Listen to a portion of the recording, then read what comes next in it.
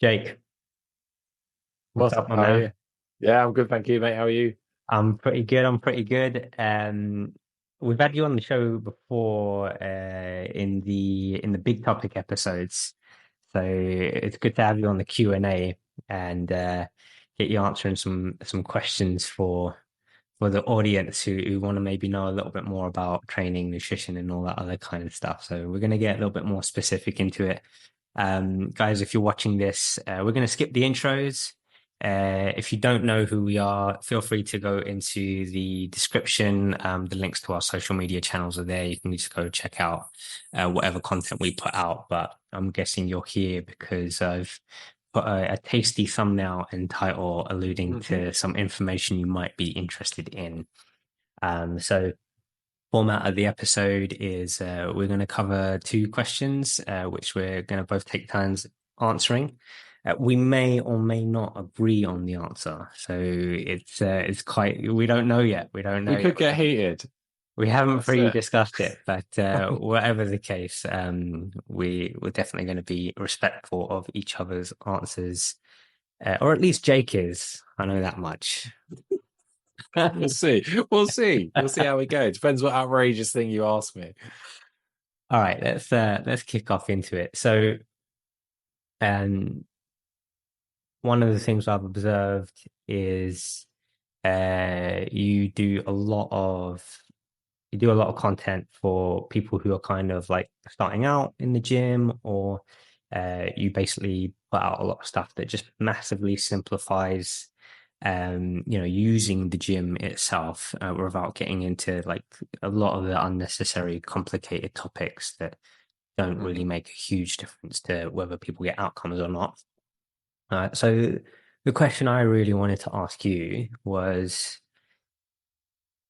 not just if you're a beginner in the gym, but even if you've been going to the gym for a little while now, but maybe you haven't like fully graduated into being on like some sort of consistent gym program. You know, you've got a gym hmm membership, you do go to the gym, but you're you're kind of turning up and you're faffing about with a few machines here and there. Maybe you go on the treadmill and the rower, and every now and again you look over and you see people doing an exercise that you're not quite too sure of, or you've seen something on your Instagram or your TikTok, and you're thinking about maybe trying it, and you're like, it's a bit too awkward, and I'd look silly if I did it. So that's the kind of person that I'm talking about.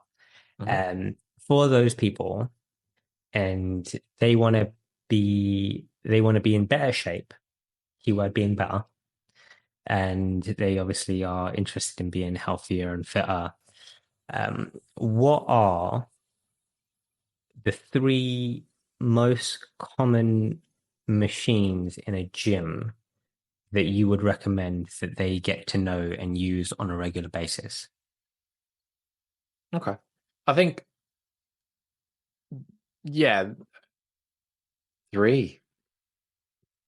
I think a nice way to put it, I think you need something for your legs, right? So we can probably, I think a leg press is going to be a safe bet. It's pretty all inclusive of top half of the legs, bottom half of the legs, or thighs and calves for the simple terms. And then, I think if you get good at that, you learn how to use it confidently. You can play around a little bit with whether it hits your butt cheeks a little bit more, whether it hits your front of your thighs a little bit more. You can play around with that. We can also use it for calf stuff as well, I suppose, specifically. So you almost get two machines out of one there, which is a sneaky, maybe cheat answer to the question at hand. I think then really you could either have some form of seated row or lat pull down. So we're going to be working the back of your torso with that, and that probably give you more bang for your buck, I suppose, in terms of upper body stuff for that side of things. So you can kind of have your upper body where you go behind it, what you can't see. And then we need something for the front of it that you do see. And I would probably go for something that's common, probably a chest press machine if it's a bit nichey, you might have an incline version of a chest press machine. If you can have the incline, cool. But if not, we're satisfied with the chest press machine, and that's going to cover the front part of your body. The incline, the only reason I say the incline is probably because it adds a little bit more shoulders than a normal chest press machine, so you just get a little bit more out of it. But do we care to stress? No. So yeah, that'd be my three. I think it gives you a nice global workout with that, I think. And they're not too scary to use. No, that's pretty much if you probably go all the way back to your level 2 gym instructor Mm, program card that you're writing down for a member at the gym on their gym induction. These are the kind of machines that you're tick boxing. And yeah, like the leg press covers pretty much the legs in its entirety. mhm, Um, now brilliant that you can double up and use it as a calf press machine as well. Although you might have some people like lingering around waiting for you to get off the machine. um, the the pull, the seated row or the lat pull down, I think are a good shout. I would probably add the nuance of, in my experience, not everybody has amazing overhead mobility, i.e., they mm, getting their arms up above their head is often like restricted in terms of range. And so when you put somebody on a lat pull down where their arms are above their head and they're pulling down, sometimes it can be a bit uncomfortable in the shoulder and elbow region. mhm. So if that's the case, you don't have to force it, or at least, use a lighter weight. But the horizontal row or the seated row machine, in whichever way, whether it's on Mm. the cable or the machine pulley thing, it's like it's all good, right? And it's Yeah. really hard to mess that up. You're still gonna Yeah, you'd like to think so. muscles are working, and that's probably the best bit about machines, right? Is that it's quite hard to mess it up. So long Yeah. as you pick the right weights, and the chest press is probably, yeah, a lot of people can't do press ups, and Mm, it's something that takes training. Um, it's probably a slightly different discussion, but the chest press machine is a nice accessible point for, the arms and the chest and shoulder muscles to get stronger. I'd maybe add like a slight bonus question here. Do you, in your experience, notice that the working on the chest press transfers over to helping with people develop press ups? yeah, I guess so. Like fundamentally, it almost has to, right? Because if we want to do a press up, we need stronger arms, stronger chest muscles, um, fundamentally to do the press. So yeah, I think it does.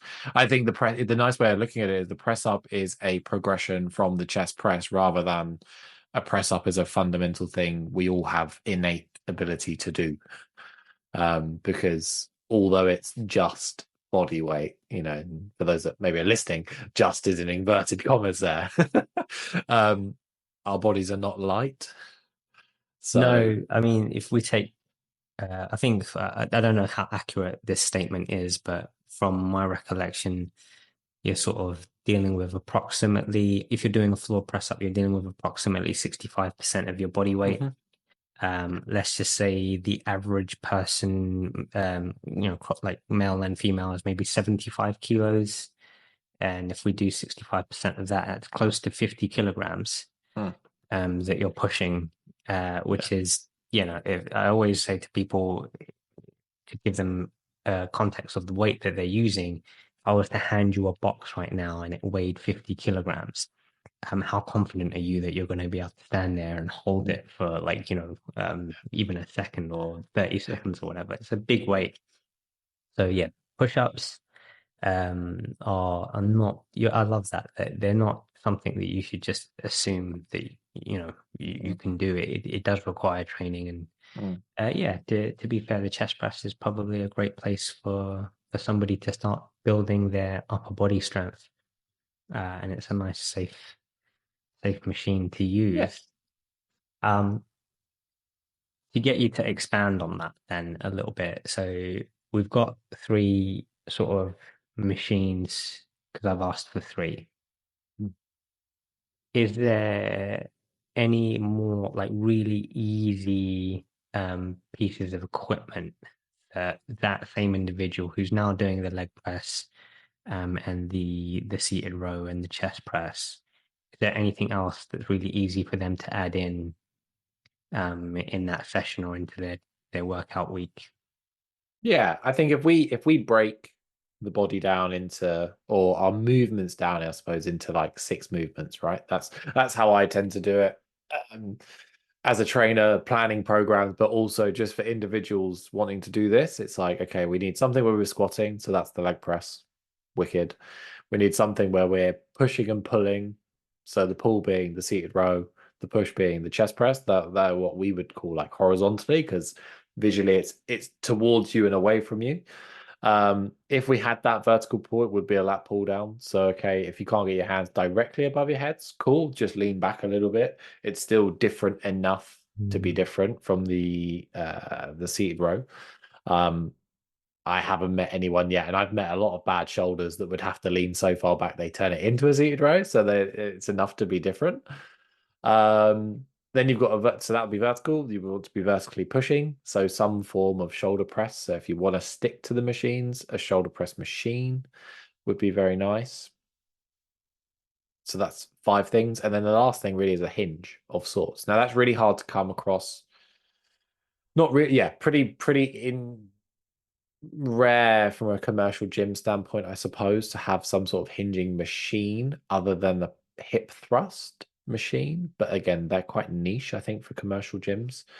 So if you would have confidence enough to step away from a machine, some sort of deadlift, Romanian deadlift would be lovely, or stiff-legged deadlift, just where you're hinging, taking that bum backwards, chest forwards type of thing, back I up. I think, think, yeah. yeah, a hinge is a much more trickier one. When when I well, it's probably been a little while for me now since I was like had to do assessments. But when I used to do assessments, I'd assess how someone's squatting, I'd assess how someone's pushing, pulling, and hinging, and like I'd use that assessment I'd double it up as a teaching moment as Mhm, well. So we'd look at some of the muscles involved, we'd look at the cues that we want to think about when we're doing these movements, and I'd put them in actual exercises that I could see would have been like appropriate for them at that moment in time.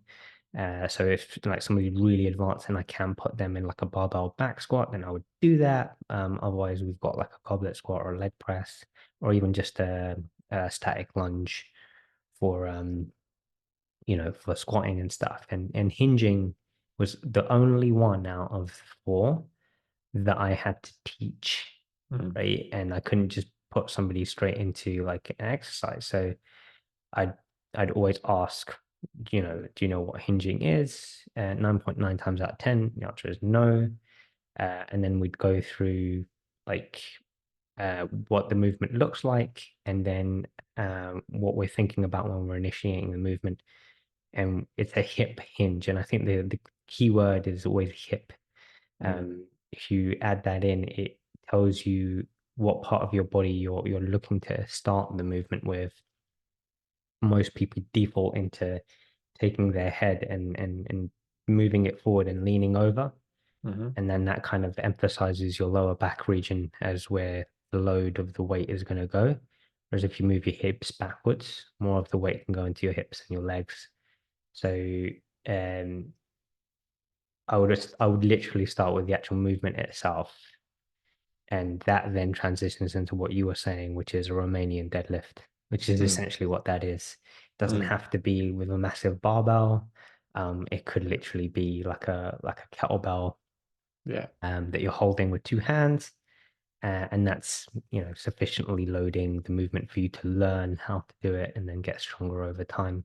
Mhm, But yeah, that and it's a nice segue into more skill-based exercises with free weights and all the rest mhm, of it. So whilst the machines are great and they're safe and you can make plenty of progress on them, the gym is a massive playground, and mhm, you're missing out on like lots of really cool fun exercises that you might actually end up enjoying Mm. and allowing you to be more consistent and getting a lot more out of your journey as you build your exercise library. And I'd probably encourage you if whilst you might not necessarily have access to me or Jake, or you might have access to Jake through his online platforms. But if you don't, and that's not enough, there should be somebody in your gym, a trainer or an instructor that can help you with that. So don't be afraid to reach out and speak to somebody and Mm. ask them for some help on learning how to hinge. If they don't know what a hinge is, just nod, smile politely, and walk away. But yeah, go to someone else. No comment. Cool. All right, thanks, man. That was I think that's pretty good. I would 100% agree with that's probably a really good starting place for somebody who's just kind of Mm. still finding their way. Mm. All right. Um, any questions that you've come across or just of late or in general? Yeah, thinking about it, I do actually. Nutrition's fine, right? Nutrition's fine Nutrition to is tackle. fine, yeah. Yeah, yeah. No. I seldom take on nutrition clients, and it's been a while since I have done until more recently, the last week or two. And I was sat there kind of working with her through her stuff. She told me what she had tried and things like that, and it was evident the person ultimately didn't have much idea about what real nutrition was about and what was needed to be done for weight loss. And the thing that she had struck up to me as something that was working in her head was intermittent fasting. But my question to you is where, she had very little idea about calories. She was miffed by the fact that cheese contained a lot of them, horrified even, that the thing she loved the most had the most calories that she was eating. Where do you take someone who knows very, very little about the fundamentals of nutrition, and how do you take them to a place where they feel comfortable with it and know what to do to get to what they want?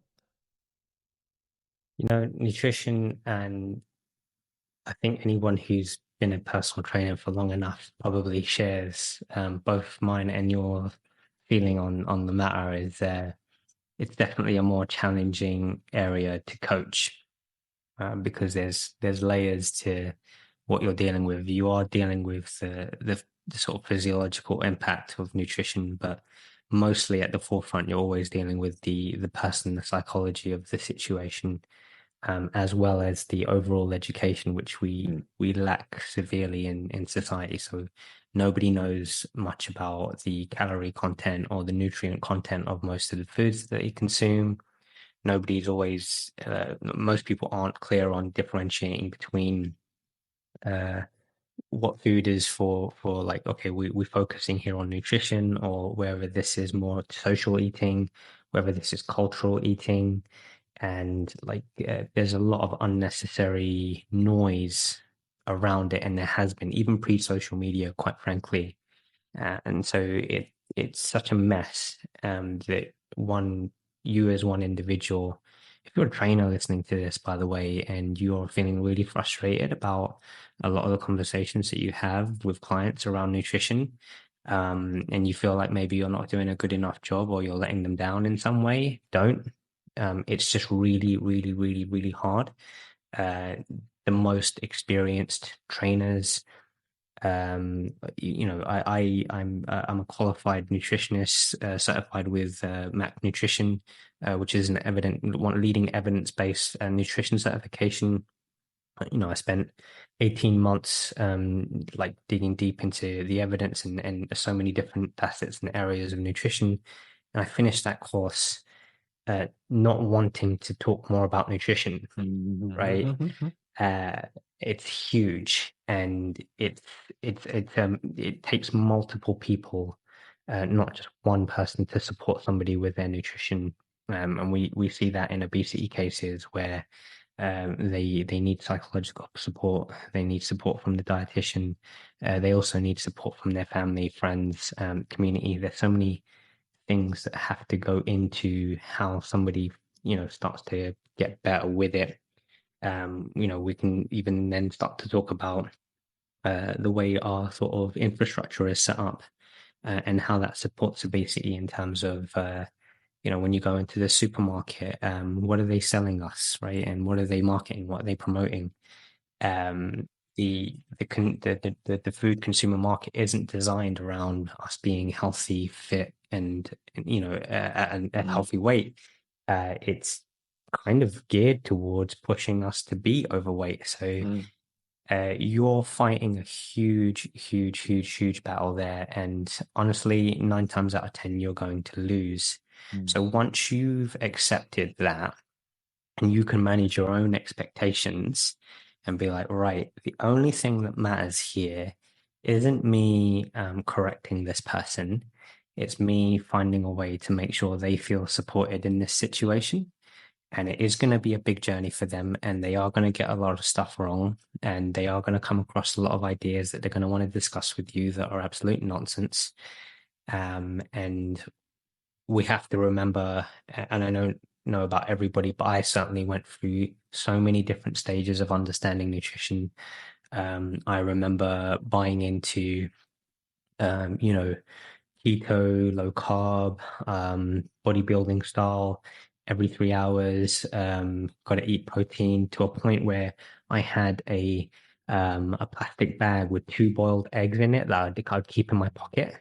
And I was oh, working in a gym selling memberships, and we weren't allowed to just eat unless we were on break. So I'd have to say, "Oh, I'm going to the toilet."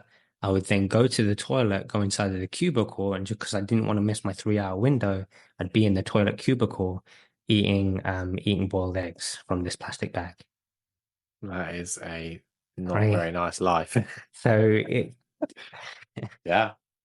I Yeah, have we to all do remind crazy things, right? myself that's where I was too. Mm, And I would have been coming up to Jake and saying, "Oh, Jake, man, I'm really just trying to make sure I hit my anabolic window," mm, and thinking he's going to be so impressed with me, only for him to be like holding his head in his hands, saying, "That is ridiculous.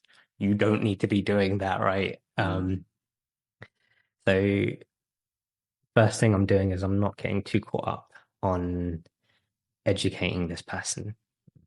I'm not getting too caught up in them knowing about calorie deficits and all the rest of it. There are some people I would, but that particular individual in that case, their readiness to take in that information isn't there just yet. All I'm going to do is establish, is the strategy that this person taking, is it working for them? And what is the cost of it working for them? And so if the cost is relatively low and they're losing weight and they seem happy, then great. We're going to keep pushing forward. I'm going to keep supporting you through the training, and we're just going to monitor how that intermittent fasting situation is working out for you. mm, And I now introduce some healthy food options through discussions that you're like, yeah, when I was intermittent fasting, I was kind of like trying to eat XYZ and trying to include a bit more protein and some fruits and mm, vegetables and stuff.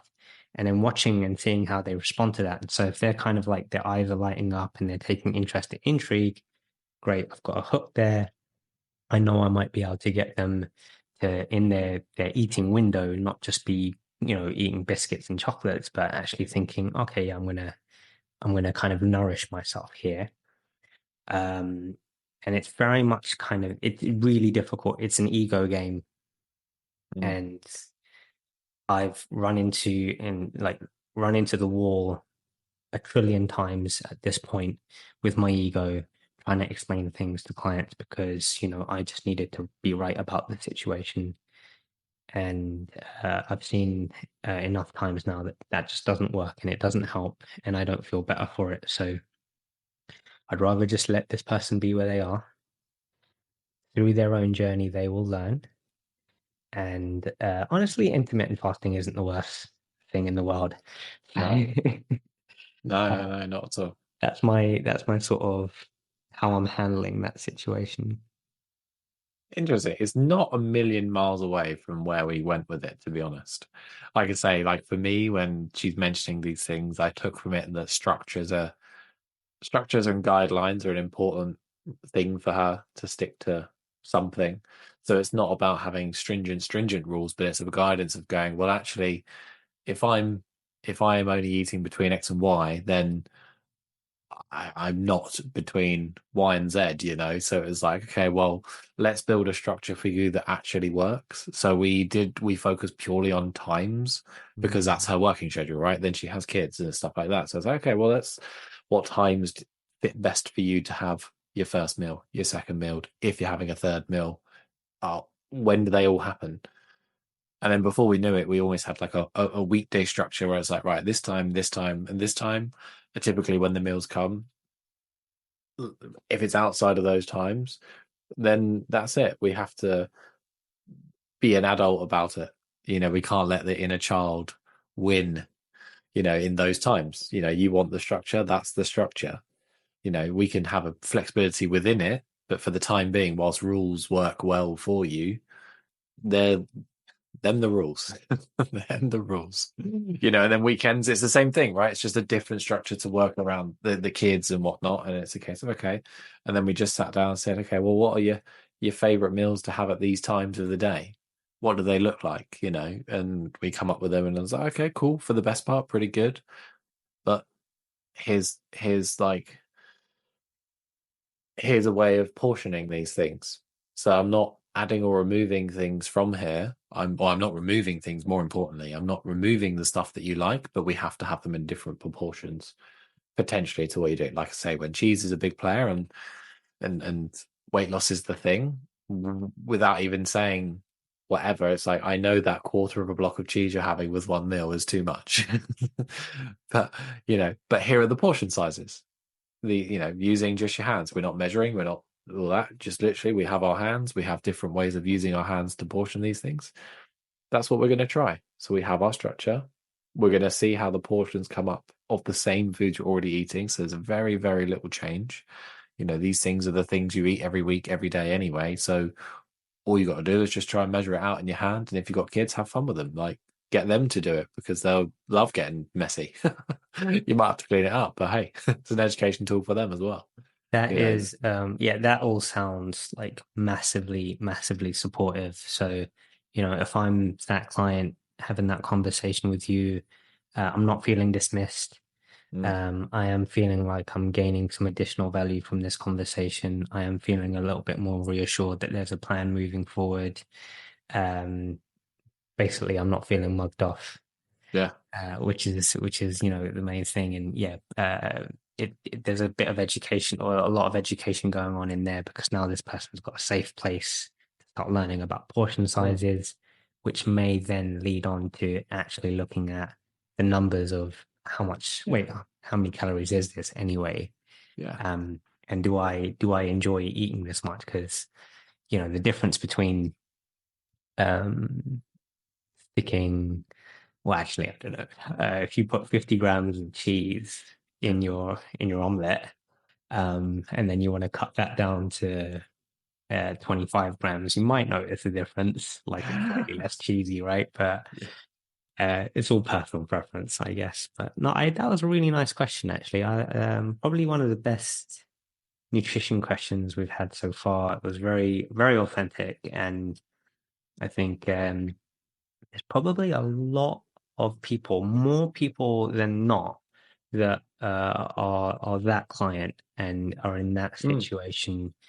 And whilst intermittent fasting is a quite an like reasonable and acceptable strategy, I would argue that even if the client had said something like, "I'm going to do keto," mm, I think the way you responded to that is it would still be the way I would recommend anybody respond and say like, okay, well, these are the rules of keto, and mm. we're just going to do our best to kind of make it work for us and with the least amount of risk possible.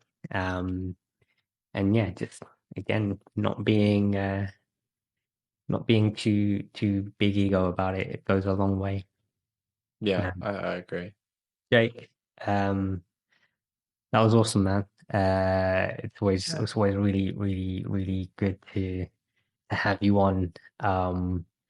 Hopefully we get to pick your brain again.